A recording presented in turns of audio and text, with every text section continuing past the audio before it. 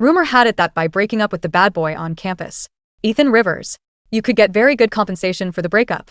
So 4H in our bedroom. We decided to take turns going out with him. I was the last one. But Ethan discovered our plan and suddenly changed the rules. Do you want the money?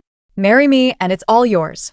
My roommate, Sofia, didn't know where he heard that dating Ethan Rivers meant receiving a huge breakup fee afterwards.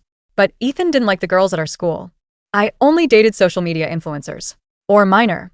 After breaking up, those girls were getting new cars, new apartments, new designer bags.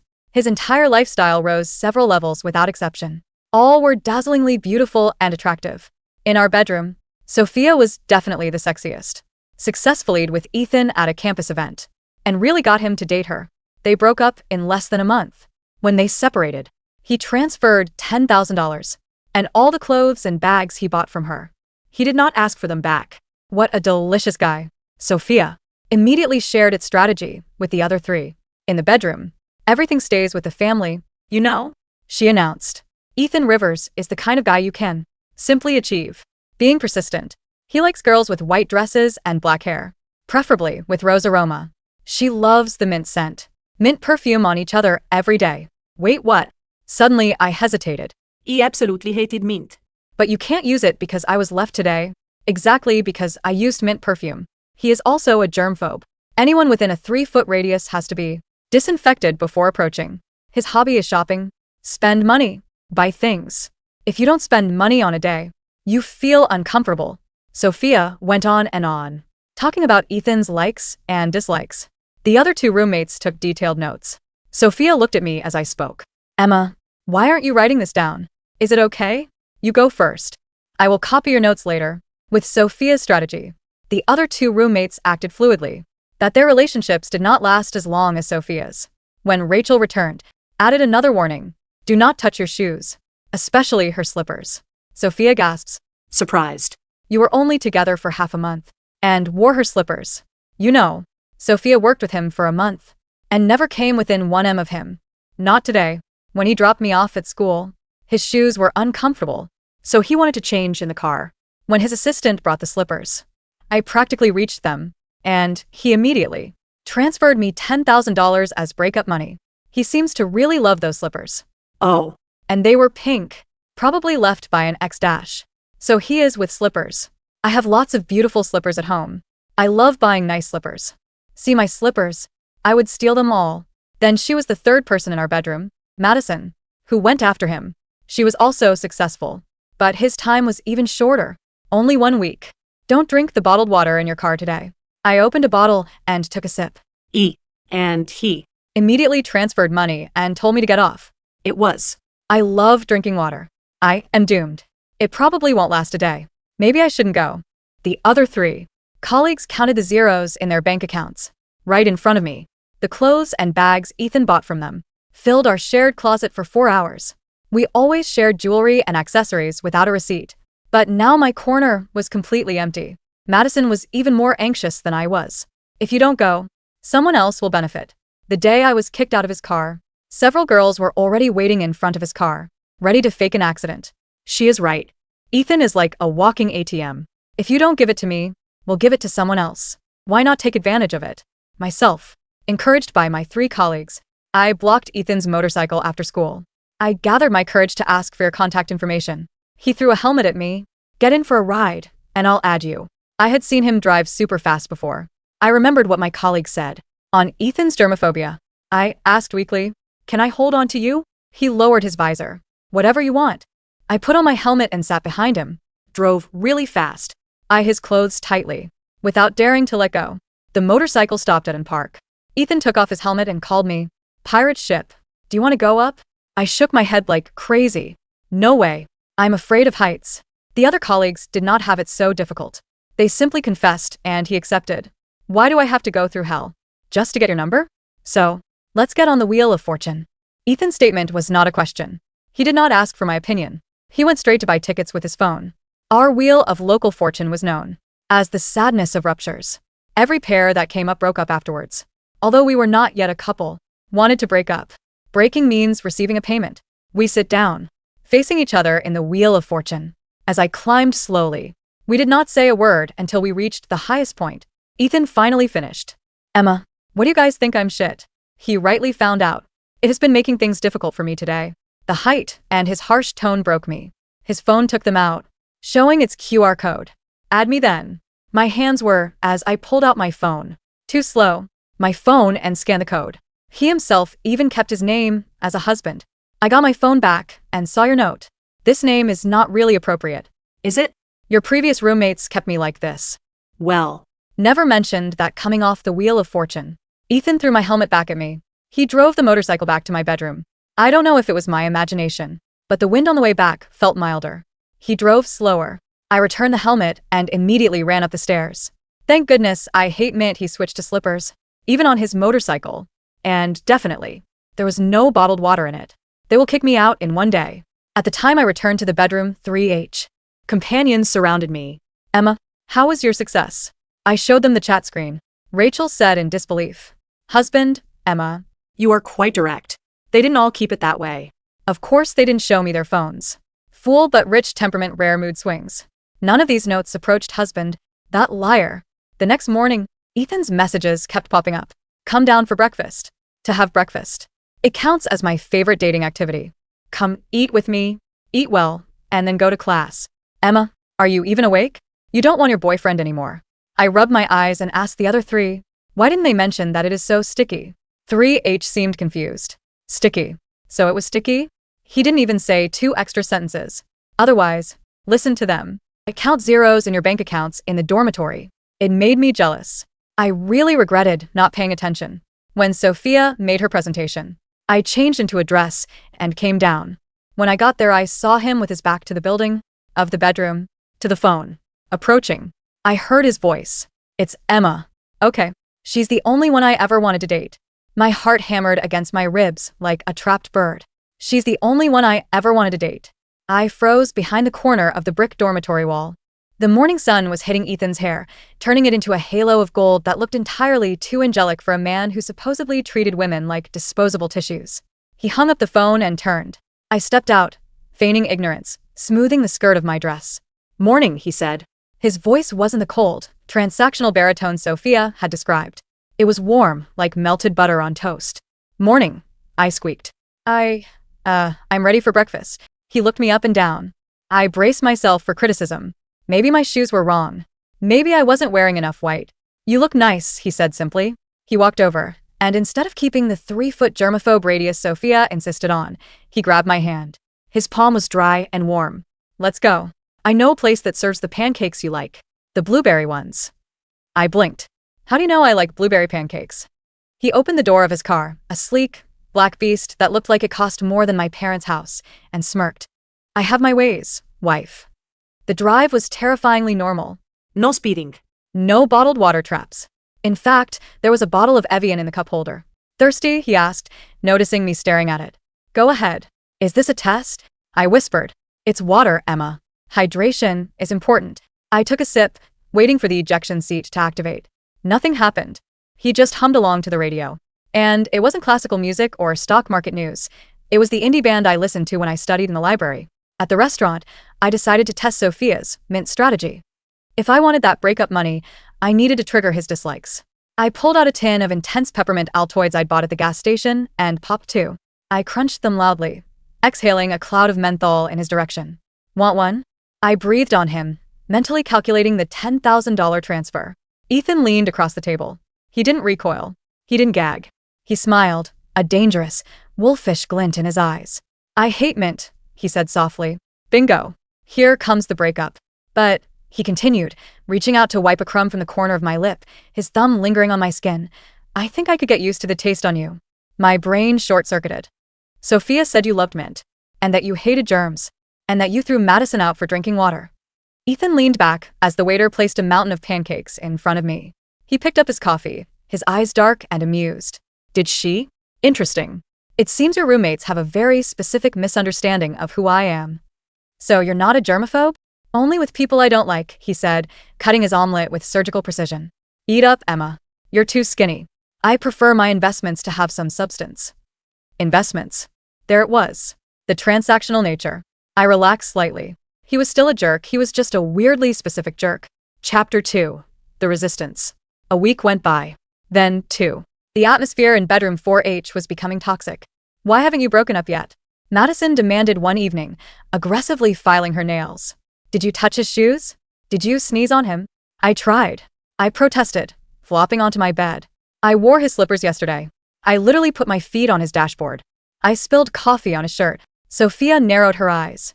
And he took the shirt off, threw it in the trash, and bought a new one. Then he bought me a scarf because he thought I looked cold. He's playing the long game, Rachel muttered, scrolling through her banking app, which was looking significantly drained after a shopping spree. He's trying to lower your guard, so he doesn't have to pay the breakup fee. Or, Sofia said, her voice dripping with venom, Emma isn't trying hard enough.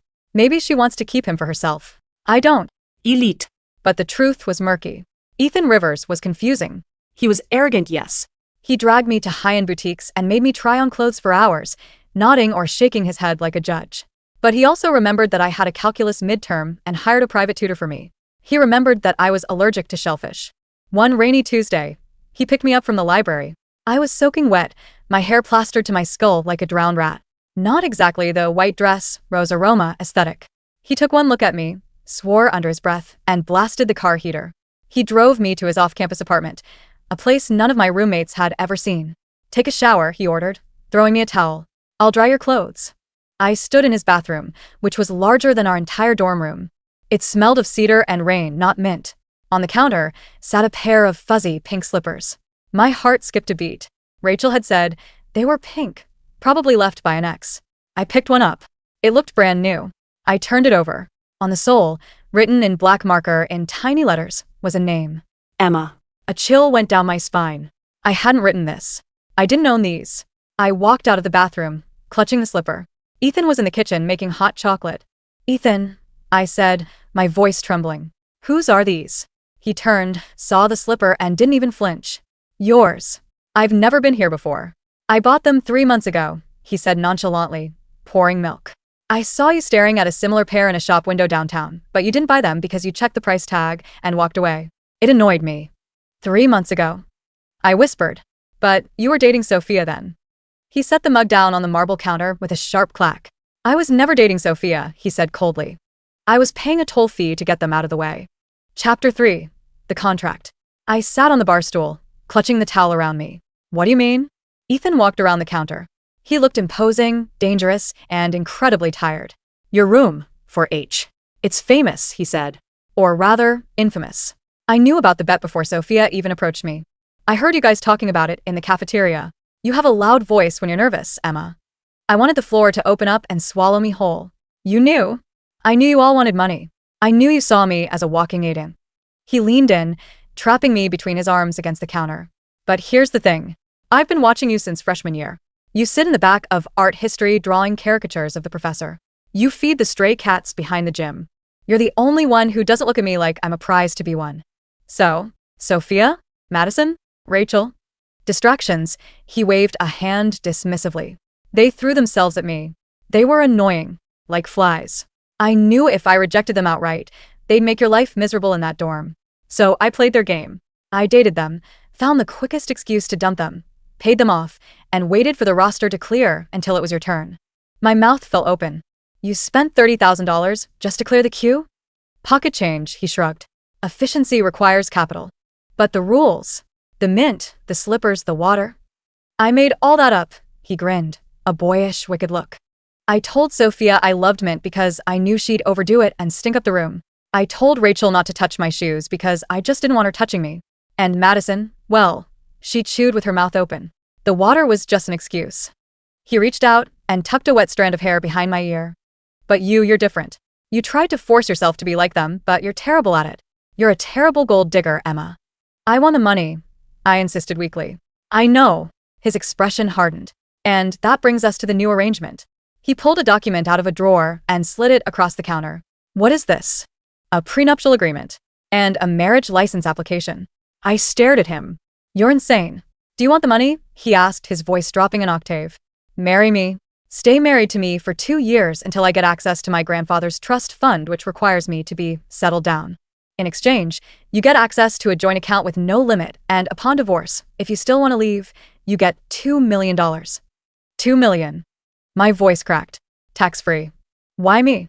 Because he looked away for the first time, looking vulnerable. You're the only one who hesitated to get on the bike because you were scared, not because you were worried about your hair. You're real. And I need real. And if I say no, then I break up with you right now. No fee. You go back to the dorm, and your roommates laugh at you for getting nothing. He was blackmailing me. It was diabolical. It was evil. Where do I sign? I asked. Chapter 4. The War of 4-H. When I returned to the dorm the next morning, wearing brand new clothes and carrying a limited edition Chanel bag, Ethan insisted it was part of the disguise. The silence was deafening. You stayed the night, Sofia said, her voice tight. I did. Did he break up with you? Madison asked hopefully. No. I set the bag down. Actually, we're moving in together. The explosion was immediate. Screams of unfairness. Accusations of betrayal. You used my notes. Sofia shrieked. You stole my strategy.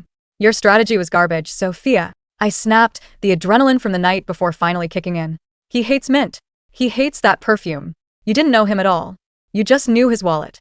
He played us, Rachel realized, her face paling. He never liked us. That doesn't matter, Sofia said, her eyes narrowing into slits. Emma, if you think you can just run off into the sunset with the jackpot, you're wrong. We have secrets on you. We know you only did this for the money. If we tell him. He knows, I said calmly. They froze. He knows everything. He knows about the bet. He knows about the rotation. I looked them dead in the eye. He doesn't care. Because unlike you, he actually likes me. I packed my things. I left the empty hangers in the closet. As I walked out the door, Madison shouted, He'll get bored of you. He's a monster. Maybe, I said, closing the door. But he's my monster now. Chapter 5. The Wife Life. Living with Ethan was complicated. He wasn't the tyrant he pretended to be, but he was demanding. He liked things a certain way. He wanted breakfast together every morning. He wanted me to study in his office while he worked on his stocks. He wanted to hold hands constantly. It's for the image, he claimed, lacing his fingers through mine as we walked across campus. Ethan, there's no one around, I pointed out. We were in an empty hallway. Security cameras, he lied smoothly. We got married at the courthouse 3 weeks later. No guests. Just his lawyer and a witness. He bought me a ring that was heavy enough to sink a small boat. Too flashy, he asked, watching me struggle to put on a glove over it. It's a hazard, Ethan. I'm going to blind a pilot with this. Good. Let them know you're taken. But as the months went by, the lines between the deal and reality began to blur. I found out he had insomnia. I started reading to him at night until he fell asleep. He found out I had a crippling fear of thunderstorms. During a bad storm, he canceled $1 million meeting to sit under a blanket fort in the living room with me, wearing noise-canceling headphones and watching cartoons. This is part of the contract, he grumbled, adjusting the blanket. Maintaining the assets, mental health. Shut up and pass the popcorn, husband, I said, resting my head on his shoulder. He stiffened, then relaxed, his arm coming around me, pulling me tighter. The turning point came 6 months in. The university, winter gala. Sofia and the others were there. They had spent their breakup money on dresses to try and catch new rich boyfriends, but they looked desperate. When Ethan and I walked in, the room went quiet. I was wearing a deep emerald gown, he picked it, and he was in a tuxedo that fit him like a second skin. Sofia intercepted us by the champagne fountain. She looked tipsy. Well, if it isn't the happy couple, she sneered. Tell me, Ethan, does she charge you by the hour? Or did you get a bulk discount? The air turned icy. People nearby stopped talking. I felt shame burn my cheeks. I went to let go of Ethan's arm, but he clamped it down against his side. Sofia, Ethan said, his voice bored. I see you're still wearing that mint perfume. It smells like desperation and cheap toothpaste. You loved it when we were together, she hissed. I tolerated it because I was paying for your silence, he said, loud enough for the table to hear. But let's be clear about one thing. Emma didn't chase me. I chased her. You were the toll booths. She is the destination. Do not speak to my wife again. He steered me away, leaving Sofia open-mouthed and humiliated. We walked out onto the balcony. The cold air hit my face, cooling the flush of embarrassment. You didn't have to do that, I whispered. It's not true. I did chase you. For the money. Ethan turned to me, leaning against the stone railing. The moonlight reflected in his eyes. At first, maybe. But you stayed. You signed a contract that trapped you with a difficult, moody, obsessive guy. You could have taken the breakup fee I offered that first day on the Wheel of Fortune. Wait, I frowned. You didn't offer me a breakup fee on the wheel. I was going to, he admitted. When we got to the top. I was going to offer you 20,000 to leave me alone, just to see what you'd do. But then you looked so terrified of the height, and you grabbed my hand, and you didn't let go. He looked down at his hands. No one holds on to me, Emma. They hold on to my credit card. He reached into his pocket and pulled out his phone. He tapped the screen a few times. There. My phone buzzed in my clutch. I pulled it out. Bank notification. Transfer received. $2 million. I stared at the screen. Then at him. What is this? The contract exit clause, he said quietly. You don't have to wait 2 years. I'm tired of wondering if you're here for the payday. There's the money. You're free. You can go back to the dorm, buy a new life, do whatever you want. The silence stretched between us. The wind howled softly. $2 million. It was everything I had ever wanted. It was freedom. It was security. I looked at Ethan. He was staring at the horizon, his jaw clenched tight, preparing himself for me to walk away. He looked lonely. The kind of lonely that money couldn't fix. I thought about the pink slippers, the blueberry pancakes, the blanket fort. I looked at my phone. I tapped the screen. Transfer initiated. $2 million returned to sender. Ethan's phone buzzed. He looked at it confused, then back at me. Emma? I stepped closer, wrapping my arms around his neck. I smelled the cedar and the cold night air. You've violated the contract, Mr. Rivers, I whispered. The deal was 2 years. I don't like quitters. His eyes widened, scanning my face for any sign of deception. Finding none, the tension drained from his body, replaced by a raw, intense hunger. I'm keeping the money, he warned, his voice rough. If you stay now, there's no payout. Just me. I know, I said, rising on my tiptoes. I think I prefer the long-term investment. He kissed me then, not for the cameras, not for the show. He kissed me like I was the only real thing in his world. As we pulled apart, breathless, he rested his forehead against mine. By the way, he murmured. I transferred the money to a joint savings account. You can't return it if your name is on it too. I laughed, a genuine, happy sound that echoed into the night. I hate you, Ethan. I know, wife. Let's go home. I bought you new slippers. The pink ones were getting worn out. Back in bedroom 4H, the legend of Ethan Rivers changed. He wasn't the guy you broke up with for a payday. He was the guy you couldn't get rid of, no matter how much you charged him. But as I sat in the passenger seat of his car, holding his hand, I knew the truth. The breakup fee was a scam. The real prize was the guy who remembered how you took your coffee and held you when it rained. And honestly, that was worth a lot more than 10 grand.